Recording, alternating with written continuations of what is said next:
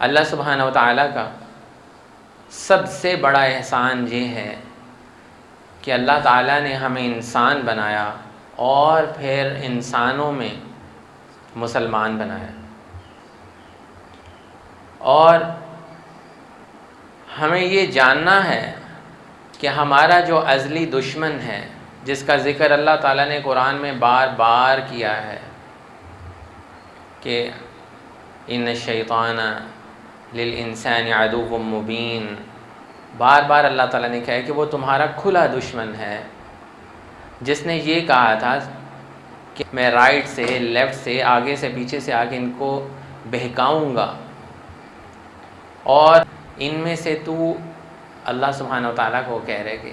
کسی کو اپنا شکر گزار نہیں، ان میں سے جن لوگوں کو میں بہکاؤں گا بہت سارے لوگوں کو، تو شکر گزار نہیں پائے گا۔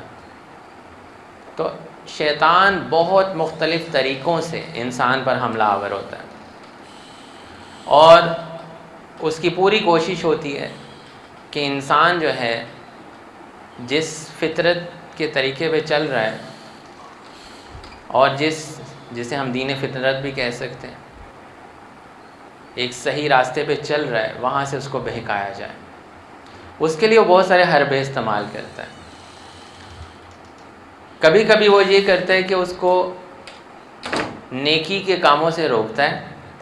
اور اس کو کچھ الجھنوں میں پھنسا دیتا ہے تاکہ وہ ادھر ہی بہکتا رہے، ادھر ادھر ہی بھٹکتا رہے۔ تو وہ کیا کرتے ہیں، انسان کو چھوٹے چھوٹے گناہوں میں پہلے کیا گناہ کہ جی مسجد کو چھوڑ دو، گھر ہی پڑھ لو، گھر کے بعد چلو ابھی تو بہت ٹائم پڑا ہے، لیٹ پڑھ لو، قرآن ہے یار روز ہی پڑھتے ہو نا، آج رہنے دو، آہستہ آہستہ کر کے انسان کی روٹین ختم کروا دیتا ہے۔ تو ہوتا کیا ہے کہ چھوٹے چھوٹے گناہوں میں ملوث کرتا ہے، اور اس کو یہ ذہن سے نکال دیتا ہے کہ چھوٹے گناہوں پہ بھی مجھے توبہ کرنی چاہیے۔ یعنی کہ ایک شخص سے اگر اللہ تعالیٰ نے یہ توفیق چھین لی کہ وہ مسجد جا کے نماز پڑھا کرتا تھا، اب وہ گھر پڑھ رہا ہے، اس کے لیے گناہ ہی نہیں ہے، اس کے لیے یعنی اس سے ایک توفیق چھینی ہے، اس کو توبہ کرنی چاہیے۔ تو وہ کیا کرتا ہے کہ وہ اس طرف لے جاتا ہے۔ پھر اس کے بعد کیا کرتا ہے،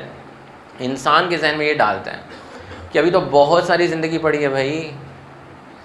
ابھی تو آج کل تو ایگزام ڈیز چل رہے ہیں نا، ابھی تو بڑی لمبی زندگی پڑی ہے، پیپروں کے بعد نیک بن جاؤں گا، پیپروں کے بعد توبہ کر لوں گا، پھر نمازیں ریگولر شروع کر دوں گا، پھر کسی درس کی محفل میں جانا شروع کر دوں گا۔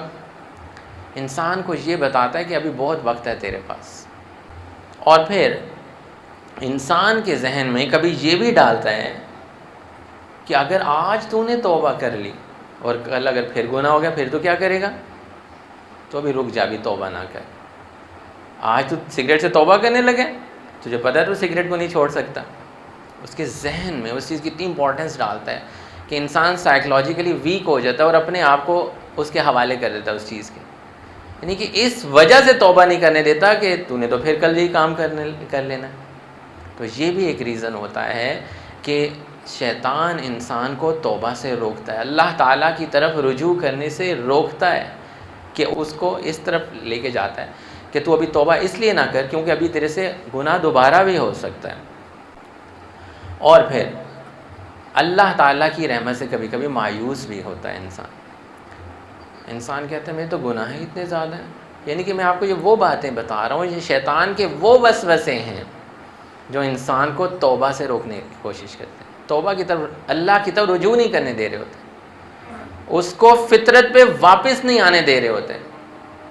جن گناہوں میں وہ لتڑ چکا ہوتا ہے اور چاروں طرف سے گھر چکا ہوتا ہے، اس سے وہ نکلنا چاہتا ہے، تو کیا اس کے ذہن میں کچھ ویک پوائنٹس ہوتے ہیں، مختلف لوگوں کے مختلف ہوتے ہیں،